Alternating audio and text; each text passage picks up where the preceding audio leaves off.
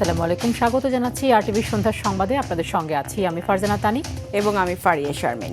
শিশু রামিসাকে ধর্ষণ ও হত্যা মামলায় ঘাতক সোহেল রানা ও তার স্ত্রীকে মৃত্যুদণ্ড দিয়েছেন ঢাকা মহানগর শিশু সহিংসতা দমন ট্রাইব্যুনাল। সকালে বিচারক মাসুর সালেকিনের আদালত এই রায় ঘোষণা করেন। রায়ে সন্তুষ্ট রাষ্ট্রপক্ষ, তবে শুধু ঘোষণা নয়, সাজা দ্রুত কার্যকরের দাবি রামিসার বাবার। GM মাহমুদের রিপোর্টে বিস্তারিত। গত ১৯ মে রাজধানীর পল্লবীতে শিশু রামিসাকে ধর্ষণের পর গলা কেটে নৃশংসভাবে হত্যা করে পাশের ফ্ল্যাটে থাকা ঘাতক সোহেল রানা, আর এ কাজে সহযোগিতা করে তার স্ত্রী স্বপ্না খাতুন। নিষ্ঠুরে ঘটনার প্রতিবাদ ও বিচারের দাবিতে ফুঁসে ওঠে সারা দেশ। সরকারের পক্ষ থেকে ১ মাসের মধ্যে বিচার ও সর্বোচ্চ শাস্তি মৃত্যুদণ্ড নিশ্চিতে প্রতিশ্রুতিও দেয়া হয়। এবার দেশের বিচারিক ইতিহাসে নজির স্থাপন করে ৬ কার্যদিবসের মধ্যে রামিসা ধর্ষণ ও হত্যা মামলায় রায় ঘোষণা করে ঢাকা মহানগর শিশু সহিংসতা দমন ট্রাইব্যুনাল। উভয় আসামিকে মৃত্যুদণ্ডে দণ্ডিত করেছেন। একই সাথে আসামি মোহাম্মদ সোহেল রানাকে ৫ লক্ষ টাকা জরিমানা এবং স্বপ্না খাতুনকে ২ লক্ষ টাকা জরিমানা প্রদানের আদেশ দিয়েছেন। রায়ে সন্তুষ্ট রাষ্ট্রপক্ষ।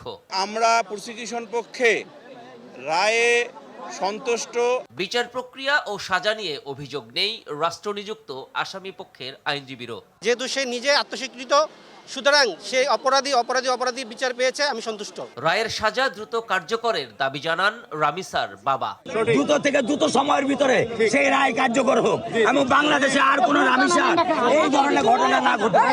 রায় ঘোষণার পর রামিসার মামলা সহ নারী ও শিশু বিষয়ক মামলার আপিল শুনানির জন্য হাইকোর্টে বিশেষ বেঞ্চ গঠনের ঘোষণা দেন প্রধান বিচারপতি। যেহেতু এই মামলাগুলোর জন্য নতুন করে একটি বেঞ্চ উনি গঠন করতে যাচ্ছেন এবং সেখানে সুনির্দিষ্টভাবে এই জাতীয় মামলাগুলো শুনানি হবে। দেশের আলোচিত এ বিচারিক কার্যক্রমে এবং রায় পেয়ে সন্তুষ্ট সকল শ্রেণী পেশার মানুষ। তবে রায় শুধু ঘোষণাতে সীমাবদ্ধ না রেখে উচ্চ আদালতের কার্যক্রম সম্পন্নের মাধ্যমে সাজা দ্রুত কার্যকর করা হবে, এমন প্রত্যাশা সবার। মহানগর দায়রা জজ আদালত থেকে GM মাহমুদ, RTV, ঢাকা। শিশু রামিসা ধর্ষণ ও হত্যা মামলা ৬ কার্যদিবসে বিচার সম্পন্ন করা দেশের ইতিহাসে নজিরবিহীন বলে জানিয়েছেন আইনমন্ত্রী মোহাম্মদ আসাদুজ্জামান। উচ্চ আদালতের বিশেষ বিবেচনায় শুনানি করা গেলে দৃষ্টান্ত স্থাপনকারী এই রায় দ্রুত সময়ের মধ্যে কার্যকর করা সম্ভব বলে মনে করেন আইনমন্ত্রী। রামিসা হত্যা রায়ের তাৎক্ষণিক প্রতিক্রিয়ায় স্বরাষ্ট্রমন্ত্রী বলেন, জনপ্রত্যাশা অনুযায়ী দেশে আইনের শাসন প্রতিষ্ঠা করতে চায় সরকার। বিস্তারিত বিল্লাল হোসেনের রিপোর্টে। রাজধানীর পল্লবীতে ধর্ষণ ও পাশবিক নির্যাতন করে ছোট্ট শিশু রামিসা হত্যাকাণ্ডের ঘটনায় প্রধান আসামি সোহেল রানা ও তার স্ত্রীকে ফাঁসির রায় দিয়েছে আদালত। রায়ের পর সচিবালয়ে তাৎক্ষণিক প্রতিক্রিয়া জানান আইনমন্ত্রী আসাদুজ্জামান। রায় সন্তুষ্ট জানিয়ে উচ্চ আদালতও এটি বহাল থাকবে বলে আশা করেন আইনমন্ত্রী। আমরা আইনের প্রত্যেকটা ধাপ পেরিয়ে আমরা ৬ কার্যদিবসের মধ্যে বিচার প্রক্রিয়া সম্পন্ন করেছি এবং এই বিচারে আমরা আপাতত সন্তুষ্ট। আশা করি এটা উচ্চ আদালতে গেলেও এই রায় কার্যকর থাকবে। শিশু আসিয়া, রামিসা ও মেজর সিনহা হত্যা মামলা সহ আলোচিত সব মামলার রায়ে হওয়া মৃত্যুদণ্ড ৩ মাসের মধ্যে কার্যকর করা সম্ভব বলে মনে করেন আসাদুজ্জামান। আমাদের আইনি বাধ্যবাধকতা আছে যে ৭ দিনের মধ্যে এই ফাইল চলে যাবে ডেথ রেফারেন্স কনফার্মেশনের জন্য হাইকোর্ট ডিভিশনে। পেপার বুক যদি ১৫ দিনের মধ্যে আমরা শেষ করতে পারি, তারপরে যদি বিশেষ বিবেচনা এটা শুনানি করা হয়, ৩ মাসের মধ্যে করা সম্ভব বলে আমি মনে করি। নির্ভর করে কিন্তু প্রত্যেকটা মামলায় তো আমরা এরকম ফাস্টটাকে দিতে পারবো না। এই কারণে আমরা একটা ওয়ে আউট বের করার চেষ্টা করছি, how fast we can do that. এদিকে তাৎক্ষণিক প্রতিক্রিয়ায় রামিসা হত্যা রায়কে বাংলাদেশের একটি ইতিহাসে মাইল ফলক অভিহিত করে স্বরাষ্ট্রমন্ত্রী বলেন, জনপ্রত্যাশা অনুযায়ী দেশের আইনের শাসন প্রতিষ্ঠা করতে চায় সরকার। আমরা প্রমাণ করতে সক্ষম হয়েছি এবং আদালত ন্যায় বিচার করেছে, আসামিদের মৃত্যুদণ্ড দিয়েছে। অ্যাটর্নি জেনারেল অফিসকে আমরা বলবো যাতে রামিসা হত্যার এই ডেথ রেফারেন্স শুনানিটা যাতে সিরিয়াল একটু এগিয়ে আনা যায় আইনানুগভাবে, তাহলে পরে ডেথ রেফারেন্স শুনানির পরে যদি মৃত্যুদণ্ড বহাল থাকে তখন কার্যকর করা কোনো সময়ের বিলম্ব হবে না। দ্রুত সময়ের মধ্যে তদন্ত সম্পন্ন করা মামলায় পুলিশ সদস্যদের পুরস্কৃত করার ঘোষণা দেন স্বরাষ্ট্রমন্ত্রী। বিল্লাল হোসেন, RTV, ঢাকা। আদ্দিন হাসপাতালে 6 শিশুর মৃত্যুর ঘটনায় প্রত্যেকের পরিবারকে 1 কোটি টাকা করে ক্ষতিপূরণ দেওয়ার নির্দেশনা চেয়ে হাইকোর্টে রিট করা হয়েছে। রবিবার এই রিট দায়ের করেন আইনজীবী ইউনুস আলী আকন্দ। এদিকে শিশু মৃত্যুর ঘটনায় প্রত্যেকের পরিবারকে 80 লাখ টাকা দেওয়ার সিদ্ধান্ত নিয়েছে আদ্দিন হাসপাতাল কর্তৃপক্ষ। এছাড়া শোকজের জবাব দিতে স্বাস্থ্য অধিদপ্তরের কাছে 48 ঘন্টা সময় চেয়েছে হাসপাতালটি। ওয়ালিদ সিদ্দিকীর রিপোর্ট। গেল 27 মে আদ্দিন হাসপাতালে 6 নবজাতকের মৃত্যুর ঘটনা ঘটে। হাসপাতালটির চরম অব্যবস্থাপনার কারণে এই মর্মান্তিক ঘটনা ঘটেছে বলে উল্লেখ করে রিট দায়ের করেন সুপ্রিম কোর্টের আইনজীবী ইউনুস আলী আকন্দ। রিটে প্রত্যেক পরিবারকে 1 কোটি টাকা করে ক্ষতিপূরণ চাওয়া হয়েছে।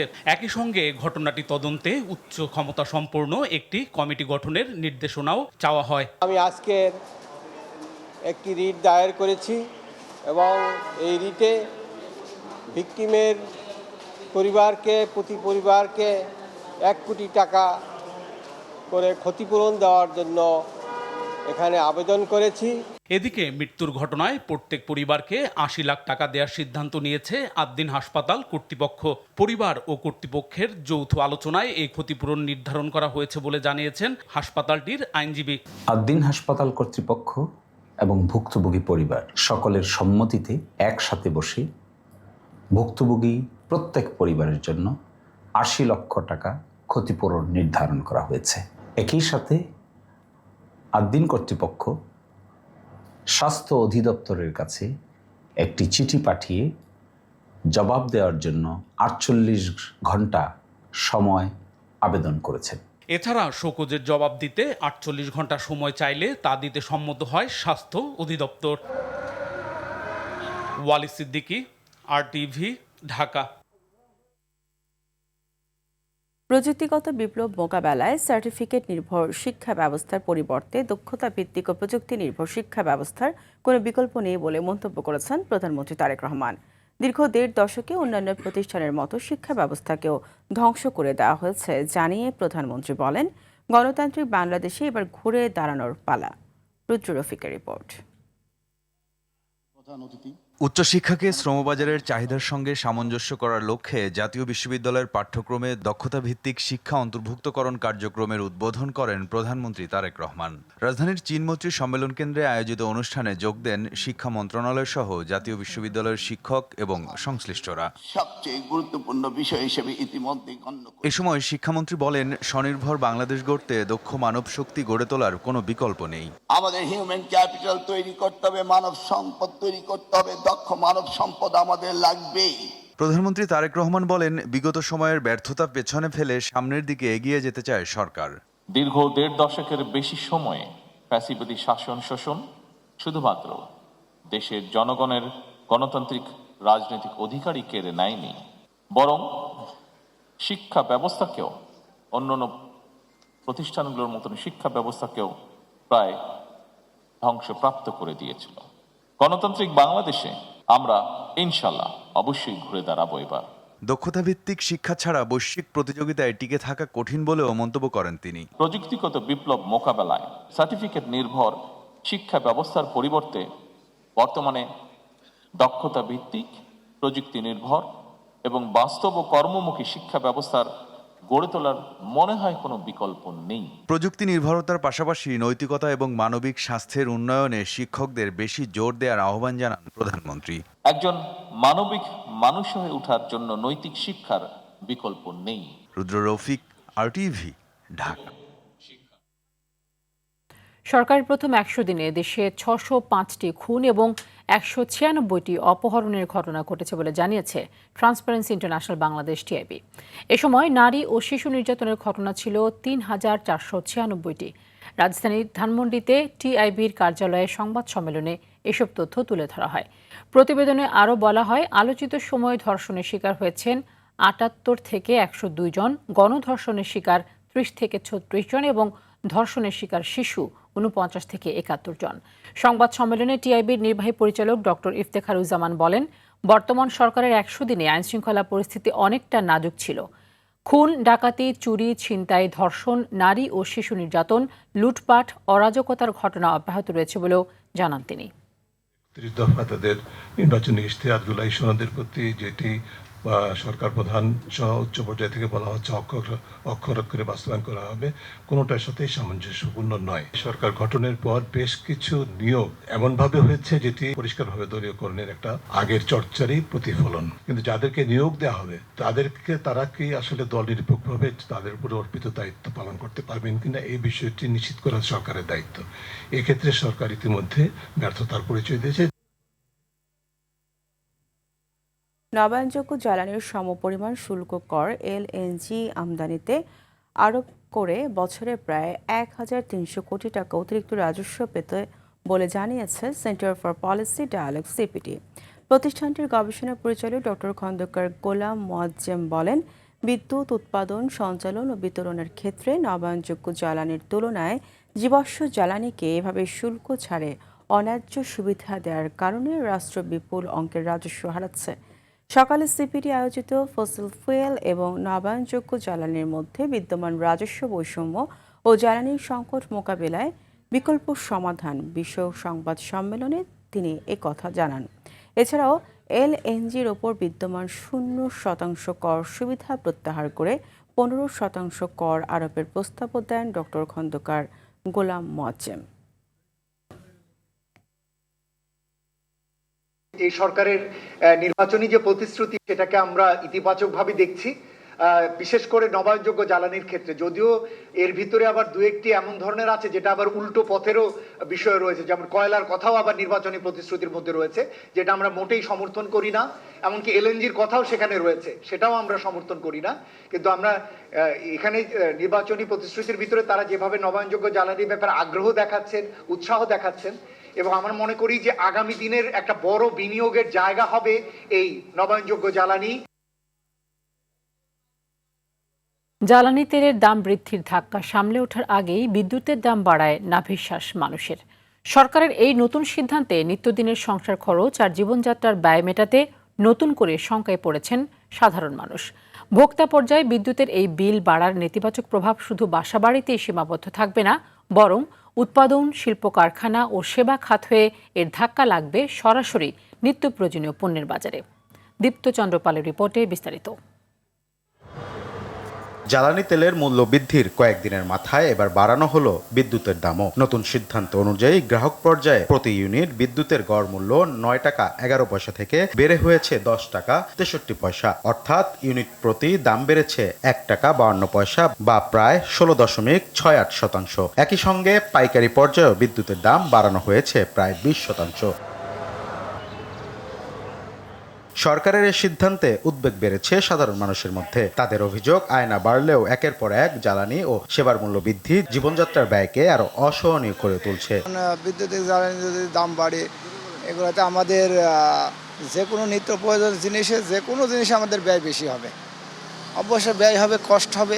ইউনিট ছিল আমাদের ১৫ টাকা, এখন যদি আবার ট্যাক্স বাড়ায় সেক্ষেত্রে তো আরও বাড়বে। ১৫ টাকা দিতে গেলেই আমরা রীতিমতো হিমশিম খাই। শুধু ভোক্তারাই নন, উদ্বেগে ব্যবসায়ীরাও। তাদের মতে বিদ্যুতের মূল্য বৃদ্ধি সরাসরি উৎপাদন ব্যয় বাড়াবে। ক্ষতিগ্রস্ত এই যে যারা এখানে ওয়ার্কার আছে, তারা অনেকে আমাদের যদি প্রোডাকশন কমে আসবে তখন ওয়ার্কারও অনেক ছাঁটাই হবে।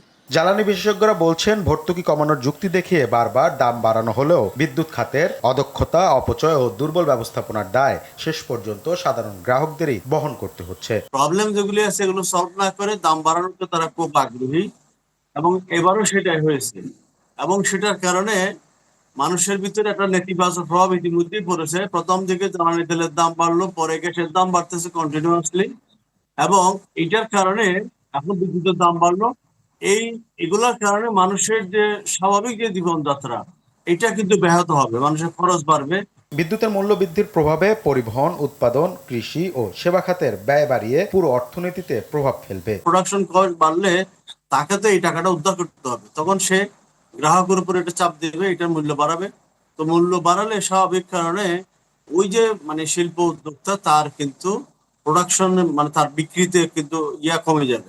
এক্ষেত্রে শুধুমাত্র সাধারণ গ্রাহক কনজিউমার তারা কিন্তু ক্ষতিগ্রস্ত হবে না, একজন শিল্প উদ্যোক্তা, একজন ব্যবসায়ী তারাও কিন্তু ক্ষতিগ্রস্ত হবে। দীর্ঘমেয়াদে নবায়নযোগ্য জ্বালানিতে বিনিয়োগ বাড়ানো এবং উৎপাদন ব্যবস্থায় দক্ষতা নিশ্চিত করা গেলে বিদ্যুৎ উৎপাদন ব্যয় কমানো সম্ভব বলে মনে করেন বিশ্লেষকরা।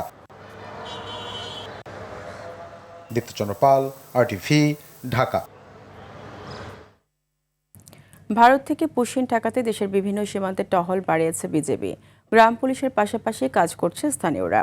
2 দিন ধরে পঞ্চগড় সীমান্তে অবস্থান করছে পুশিন করা 10 জন।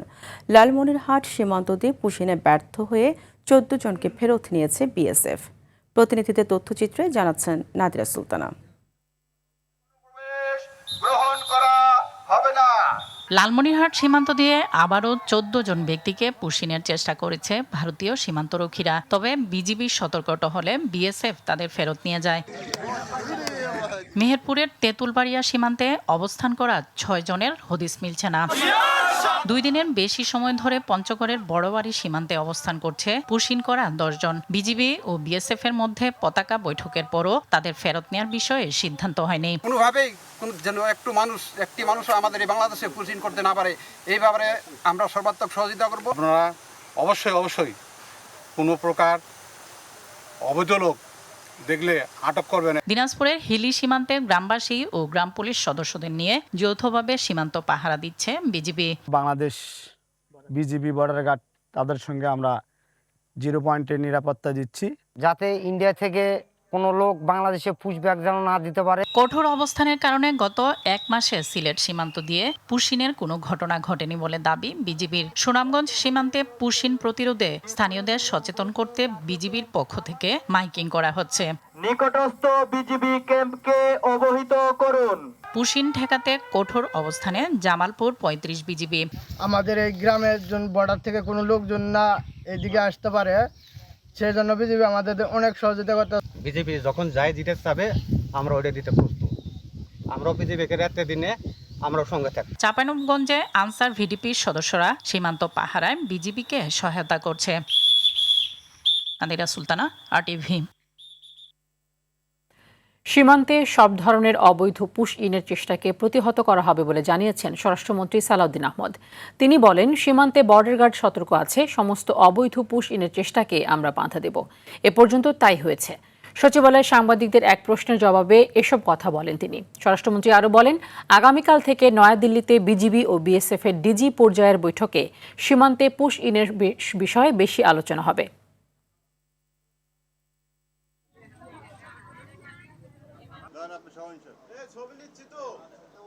অবৈধ পুশিনের চেষ্টাকে আমরা বাধা দেব ইনশাআল্লাহ।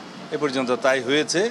তবে এই বিষয়গুলো ডিপ্লোম্যাটিক চ্যানেলে আলোচনার মাধ্যমে সমাধান করা প্রাথমিকভাবে আমাদের প্রয়োজন। ত্রয়োদশ জাতীয় সংসদের দ্বিতীয় বাজেট অধিবেশন শুরু হয়েছে। স্পিকার হাফেজ উদ্দিন আহমেদের সভাপতিত্বে বিকেল 3টায় জাতীয় সংসদে অধিবেশন শুরু হয়। 24-এর গণ অভ্যুত্থানের পর এটি নতুন সরকারের প্রথম বাজেট অধিবেশন। অধিবেশন শুরুর আগে তোফায়েল আহমেদ, মোশাররফ হোসেন সহ সাবেক 16 জন এমপি মন্ত্রীর মৃত্যুতে সংসদে শোক প্রস্তাব উত্থাপন করেন স্পিকার হাফেজ উদ্দিন আহমদ। সেই সঙ্গে নারী সদস্যদের কারণে এবারের সংসদ পূর্ণতা পেয়েছে বলেও মন্তব্য করেন তিনি। অধিবেশনে তথ্য সম্প্রচার প্রতিমন্ত্রী ইয়াসের খান চৌধুরী বলেছেন, গণমাধ্যমের স্বাধীনতা রয়েছে, তবে আইনের ঊর্ধ্বে কেউ নন। আইনের চোখে সবাই সমান। অপরাধী যেই হোক না কেন তার বিরুদ্ধে প্রচলিত আইনে ব্যবস্থা নেওয়া হবে। গ্যাস সংকট কাটলে যমুনা সার কারখানা চালুর আশ্বাস দেন শিল্প, বাণিজ্য, বস্ত্র ও পাট মন্ত্রী খন্দকার আব্দুল মুক্তাদির।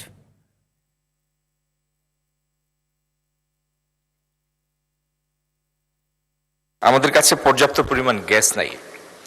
তো গ্যাসের অপ্রতুলতার কারণটি আমার মনে হয় একটু আগে জ্বালানি মন্ত্রী মহোদয়, মাননীয় জ্বালানি মন্ত্রী ব্যাখ্যা করেছেন। তো গ্যাস প্রাপ্তি সাপেক্ষে এটি চালু করা যেতে পারে, যেটি ন্যাশনাল গ্রিড আছে সেটি থেকে। ব্যাংক খাতে সুশাসন নিশ্চিতে সরকার সংস্কার কমিশন গঠন করবে বলে জানিয়েছেন তথ্য ও সম্প্রচার মন্ত্রী জহিরুদ্দিন স্বপন। দুপুরে রাজধানীর পল্টনে ইকোনমিক রিপোর্টার্স ফোরাম আয়োজিত ব্যাংক খাতে সুশাসন ও গণমাধ্যমের ভূমিকা শীর্ষক সেমিনারে তিনি কথা বলেন। মন্ত্রী বলেন, রাষ্ট্রের সুশাসন প্রতিষ্ঠিত না হলে ব্যাংক খাতেও স্থিতিশীলতা ও আস্থা ফিরিয়ে আনা সম্ভব নয়। ব্যাংকিং খাতে সুশাসন প্রতিষ্ঠায় গণমাধ্যম এরই মধ্যে গুরুত্বপূর্ণ ভূমিকা রেখেছে জানিয়ে মন্ত্রী আরও বলেন, ব্যাংক খাতের নানা অনিয়ম, দুর্নীতি ও অসঙ্গতি তুলে ধরে গণমাধ্যম সচেতনতা তৈরিতে অবদান রাখছে।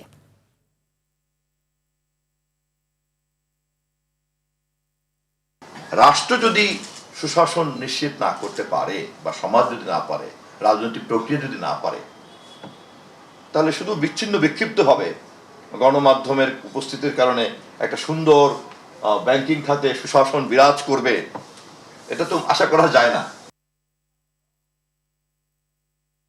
এবারে ঈদযাত্রায় প্রায় 450টি দুর্ঘটনায় 438 জন নিহত হয়েছে, যেখানে সব থেকে বেশি মহাসড়কে 402 জন, রেলপথে 23 জন আর নৌপথে 13 জন নিহত হয়।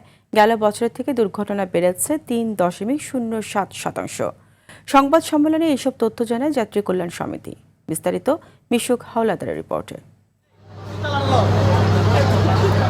পরিবারের সঙ্গে ঈদের আনন্দ ভাগাভাগি করতে ঘরে ফিরতে মানুষের যাত্রা যেন এখন বিষাদে পরিণত হচ্ছে। প্রতি বছর সড়কে ঝরছে প্রাণ, বেড়ে যাচ্ছে দুর্ঘটনার সংখ্যা। সড়ক, রেল ও নৌপথে 442টি দুর্ঘটনায় 438 জন নিহত ও 1340 জন আহত হয়েছেন। গত বছরের তুলনায় প্রাণহানি বেড়েছে 3.07%। যাত্রী কল্যাণ সমিতি মহাসড়কে অনিয়ন্ত্রিত মোটরসাইকেল, ব্যাটারি চালিত অটোরিকশা চলাচল সহ সড়ক দুর্ঘটনার 9টি কারণ তুলে ধরে সংবাদ সম্মেলনে। জাতীয় মহাসড়কে মোটরসাইকেল, ব্যাটারি চালিত রিক্সা, সিএনজি চালিত অটোরিকশার অবাধে চলাচল, মহাসড়কের নির্মাণ ত্রুটি, যানবাহনের ত্রুটি, ট্রাফিক আইন অমান্য করার প্রবণতা, উল্টো পথের যানবাহন চালানো, সড়কে চাঁদাবাজি, পণ্যবাহী যানবাহনের যাত্রী বহন। দুর্ঘটনা রোধে 11টি সুপারিশে স্বল্প, মধ্য ও দীর্ঘমেয়াদী পরিকল্পনা নিতে সরকারের প্রতি আহ্বান জানানো হয়। প্রযুক্তি নির্ভর সড়ক ব্যবস্থাপনা গড়ে তুলতে হবে। ছোট যানবাহন মহাসড়ক থেকে উচ্ছেদ করতে হবে। চালকদের উন্নত প্রশিক্ষণ প্রদানের পর লাইসেন্স প্রাপ্তি নিশ্চিত করতে হবে। ফিটনেসবিহীন যানবাহন ক্রমান্বয়ে উচ্ছেদ করতে হবে।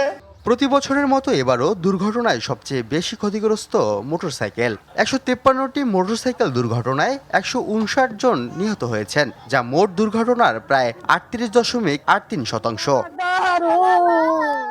মিশুক হাওলাদার, RTV, ঢাকা। হামের উপসর্গ নিয়ে একদিনে আরও 7 শিশু মারা গেছে। নিহতদের মধ্যে ঢাকায় 4 জন এবং চট্টগ্রাম, ময়মনসিংহ ও খুলনায় 1 জন করে রয়েছে। এ সময় আক্রান্ত হয়েছে আরও 1287 শিশু।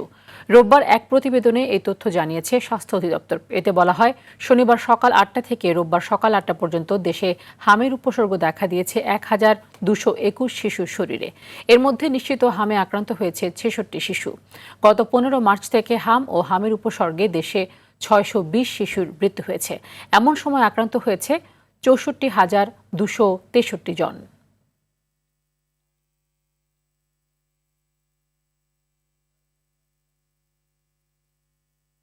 স্বাধীনতা বিরোধী ও ফ্যাসিবাদী শক্তি মিলে সরকারকে উৎখাতে ষড়যন্ত্র করছে বলে অভিযোগ করেছেন মুক্তিযুদ্ধ মন্ত্রী আহমেদ আজম খান। তিনি বলেন, এরা এখন নানা বিক্ষোভ ও বিভিন্ন দাবি দাওয়া নিয়ে দেশের মানুষকে বিভ্রান্ত করছে।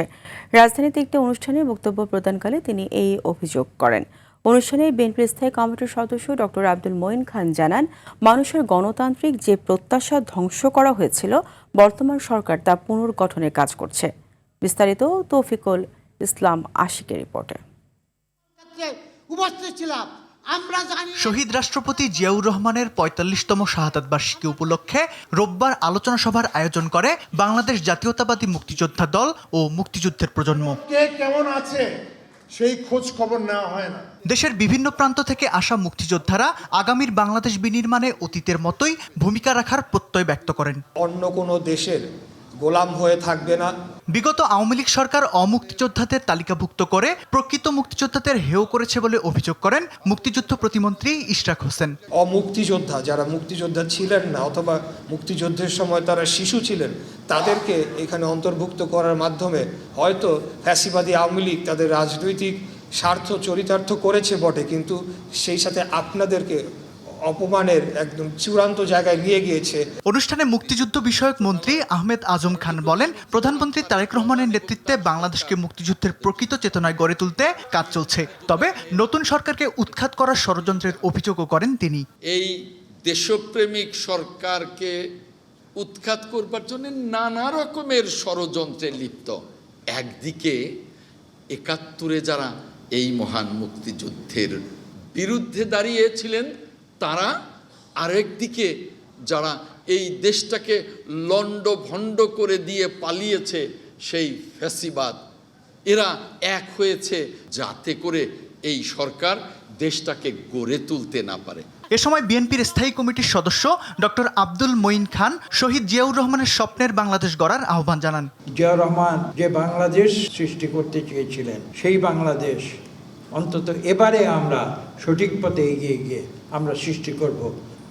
এবার যেন আর কোনো ভুল না হয়। অনুষ্ঠানে বক্তারা মুক্তিযোদ্ধাদের অভিজ্ঞতা ও ত্যাগকে সর্বোচ্চ মূল্যায়ন করার আহ্বান জানান।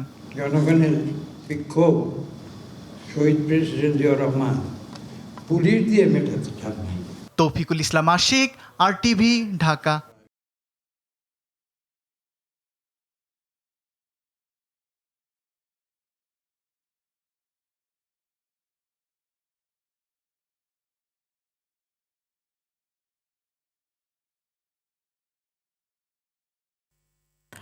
IDLC পরিবর্তনের পথে বাংলাদেশ। দেশে উড়োজাহাজে ব্যবহৃত জ্বালানি জেট ফুয়েলের দাম প্রায় 15 টাকা কমানো হয়েছে। বিকেলে এক বিজ্ঞপ্তিতে দাম কমানোর বিষয়টি জানিয়েছে বাংলাদেশ এনার্জি রেগুলেটরি কমিশন। নতুন দাম অনুযায়ী বর্তমানে অভ্যন্তরীণ রুটের ফ্লাইটে প্রতি লিটার জেট ফুয়েলের দাম পড়বে 150 টাকা 21 পয়সা। পাশাপাশি আন্তর্জাতিক রুটের ফ্লাইটে প্রতি লিটার জেট ফুয়েলের নতুন দাম নির্ধারণ করা হয়েছে $.9808। এর আগে সবশেষ গত 23 মে দেশে জেট ফুয়েলের দাম সমন্বয় করেছিল বাংলাদেশ এনার্জি রেগুলেটরি কমিশন। ওই সময় অভ্যন্তরীণ রুটে প্রতি লিটার জেট ফুয়েলের দাম 39 টাকা কমিয়ে নির্ধারণ করা হয়েছিল 165 টাকা 88 পয়সা। একই সঙ্গে আন্তর্জাতিক রুটের ফ্লাইটে প্রতি লিটার জেট ফুয়েলের দাম $1.0385 নির্ধারণ করা হয়েছিল।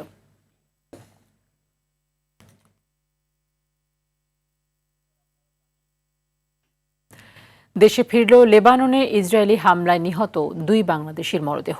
রাত 2:30টায় কাতার এয়ারলাইন্সের একটি ফ্লাইটে হজরত শাহজালাল আন্তর্জাতিক বিমানবন্দরে এসে পৌঁছায় মরদেহ দুটি। পররাষ্ট্র প্রতিমন্ত্রী শামা ওবায়েদ মরদেহ গ্রহণ করে নিহতদের স্বজনদের কাছে হস্তান্তর করেন। এ সময় নিহত পরিবার দুটিকে সব ধরনের সহযোগিতার আশ্বাস দেন তিনি। গত 11 মে দক্ষিণ লেবাননের নাবাতিয়ের জিবদিন এলাকায় ভয়াবহ ইসরায়েলি হামলায় নিহত হন সাতক্ষীরার প্রবাসী শ্রমিক শফিকুল ইসলাম ও নাহিদুল ইসলাম। লেবাননে ইসরায়েলি হামলায় এখন পর্যন্ত নিহত 10 বাংলাদেশের মধ্যে দেশে ফিরেছে 7 জনের মরদেহ।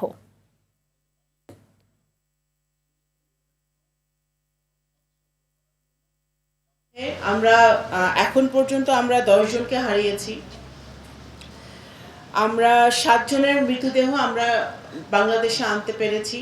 যে আমাদের সরকারের পক্ষ থেকে যে সকল সহযোগিতা আমাদের করার প্রয়োজন হয় সেই সকল সহযোগিতা আমরা করব। এই দুটো পরিবারের পাশে আমরা আছি।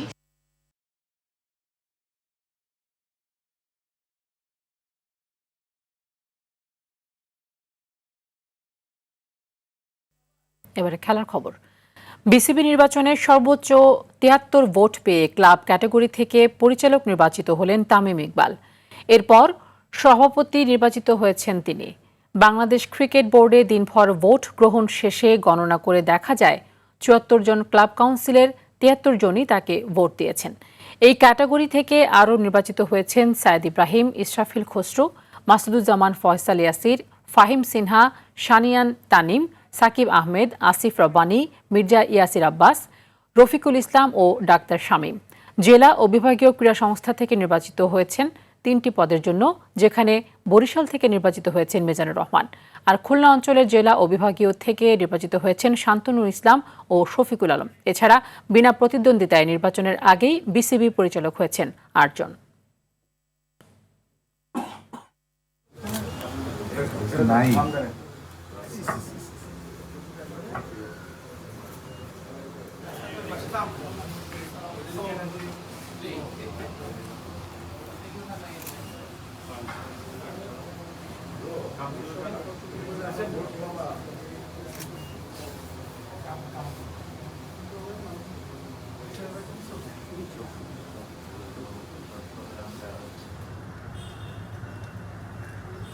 পিছে আসেন, পিছে আসেন, পিছে আসেন।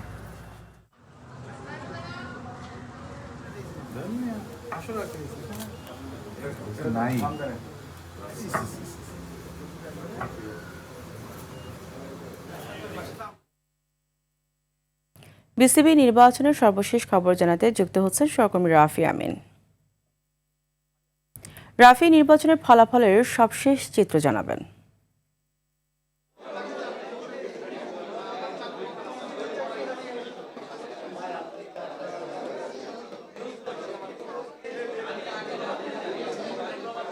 ওকে ফারিয়া, যেমনটা আসলে জানেন যে দিনভর বাংলাদেশ ক্রিকেট বোর্ডের নির্বাচন হয়েছে। সেখানে আসলে আমরা জানি যে আসলে ক্যাটাগরি 1 থেকে আসলে নির্বাচন হয়েছিল কিন্তু 3টা পদের জন্য, এবং ক্যাটাগরি 2 থেকে নির্বাচন হয়েছিল 12টা পদের জন্য। সেখানে ক্যাটাগরি 1 থেকে আমরা জানি যে বরিশালের সর্বোচ্চ ভোট পেয়ে যাকে আসলে মিজানুর রহমান, তিনি আসলে নির্বাচিত হয়েছেন। একই সাথে আসলে বলতে হয় খুলনা থেকে শান্তনু এবং শফিকুল আলম, তারা দুজন আসলে নির্বাচিত হয়েছেন এই ক্যাটাগরি থেকে। আর ক্লাব ক্যাটাগরি থেকে 12টা পদের জন্য নির্বাচন হয়েছিল, যেখানে আসলে সর্বোচ্চ 73টা ভোট পেয়ে কিন্তু তামিম ইকবাল খান তিনি কিন্তু আসলে নির্বাচিত হয়েছেন। একই সাথে নির্বাচনের পরে কিন্তু যে পরিচালক যে 30 জন আসলে নির্বাচিত হয়েছিল, সেই 30 জন কিন্তু আসলে একটা মিটিং করে, সেই মিটিং থেকে আসলে কিন্তু সিদ্ধান্ত নেওয়া হয় তামিম ইকবাল হতে যাচ্ছেন বাংলাদেশ ক্রিকেট বোর্ডের নতুন সভাপতি।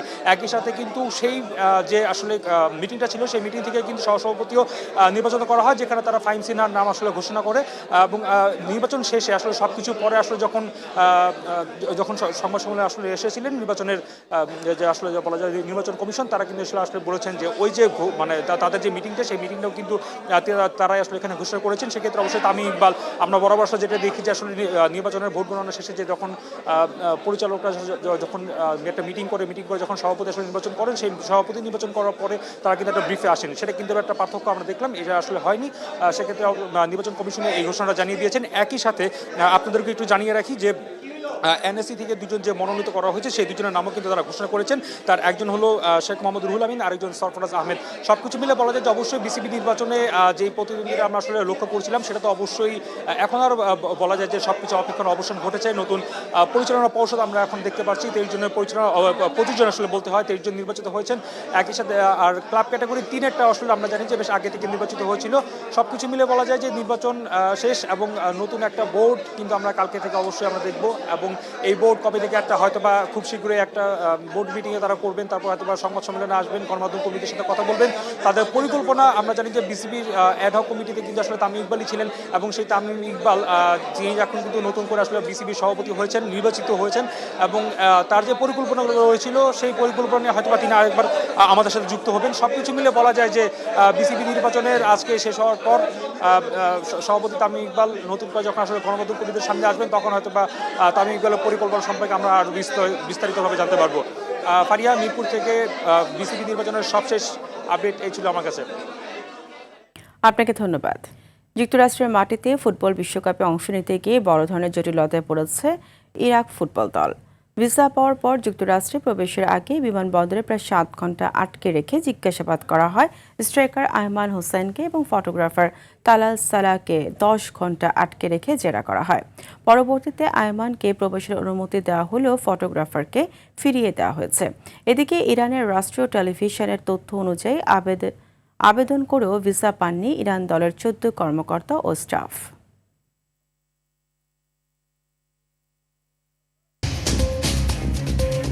সন্ধ্যার সংবাদ এই পর্যন্তই। রাতের সংবাদ 11:15টায় দেখার আমন্ত্রণ রইল। ধন্যবাদ সবাইকে। ধন্যবাদ।